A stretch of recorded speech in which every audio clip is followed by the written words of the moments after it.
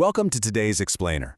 We're aiming to give you a completely covered summary, relying on high visual videographic quality to really map out these complex ideas.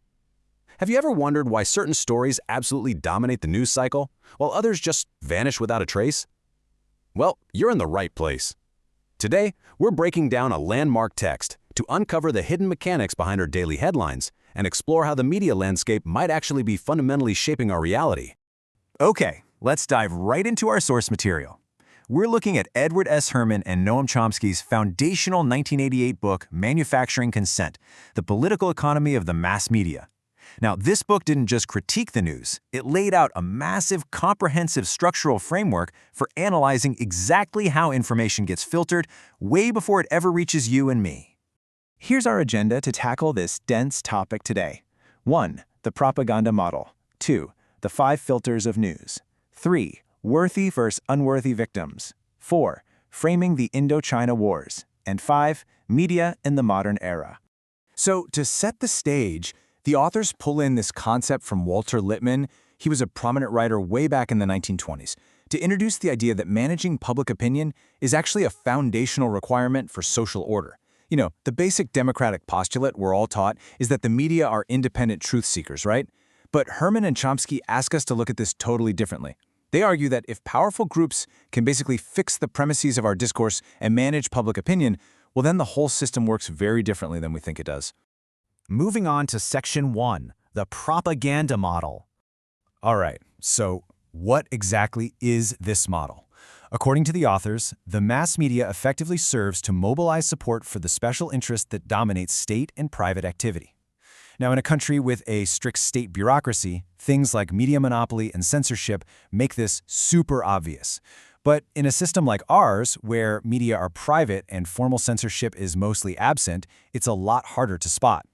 The propaganda model basically traces the hidden routes by which inequality of wealth and command of resources dictate what makes it to your screen and what gets left on the cutting room floor.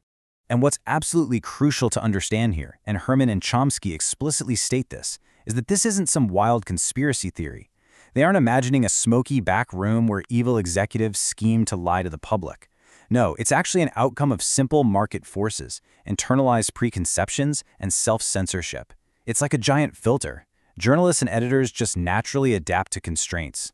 If you don't display the requisite values, you simply fall by the wayside. Which brings us to Section 2, the 5 filters of news. The authors argue that the raw material of the news has to pass through these 5 successive filters, leaving behind only a cleansed residue that is ultimately deemed fit to print.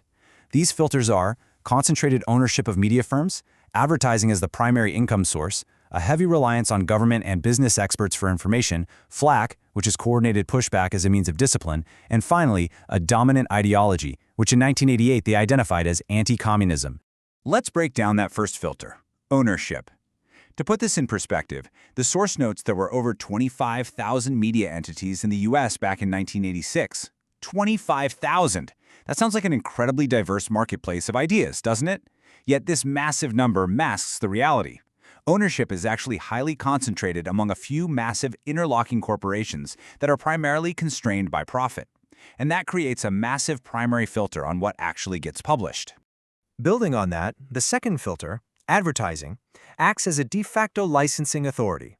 Here's a real paradigm shift for you. The media aren't selling news to you, they are selling you, the audience, to the advertisers. Because corporate sponsors generally prefer depoliticized entertainment over, say, highly controversial public debate, the media gradually erodes the public sphere just to keep those advertisers happy. Let's look at Section 3, worthy versus unworthy victims. Now that we have the theory, how do these filters actually play out in practice? Well, the text illustrates a massive political bias in how the media covers victims of violence. According to the authors, a propaganda system consistently portrays people abused in enemy states as worthy victims. They're humanized, their stories are prominent, and the coverage is filled with indignation. But conversely, victims treated with equal or even greater severity by the US or its client states are deemed unworthy. Their stories are minimized, totally stripped of emotional detail, and largely ignored to protect ongoing policies. And the authors provide hard data to back this up. Take the murder of Jerzy Popułuszko in Communist Poland, an enemy state at the time. He received 10 front-page articles in the New York Times alone. Meanwhile, Archbishop Oscar Romero, who was assassinated in El Salvador, a U.S. client state, received minimal, low-keyed coverage. To put that into perspective, Populusco received far more coverage than the aggregate of 100 religious victims killed in U.S. allied states. It's a stark contrast. The authors also point out how even our vocabulary is weaponized by these filters. They highlight how the highly charged word genocide was readily applied by media and officials to Iraq's horrific treatment of Kurds in the 1990s, when Iraq was an enemy state. However, literally identical actions taken by Turkey, a U.S. ally and arms client, were merely labeled repression. The word choice strictly followed the political utility of the event. Moving to Section 4, Framing the Indochina Wars. So according to the model, the media creates a very strict boundary for allowable debate. The explainer looks at the Vietnam War to show this. Media outlets were absolutely allowed to debate whether the conflict was a tactical error, or if it was costing too much money, or if the Allies were too dependent on the U.S. But what they structurally could not do, the authors argue, is portray the conflict as murderous aggression, or fundamentally question the premise of the U.S. right to intervene at all. The debate looks robust, sure, but it's strictly confined within state-approved premises.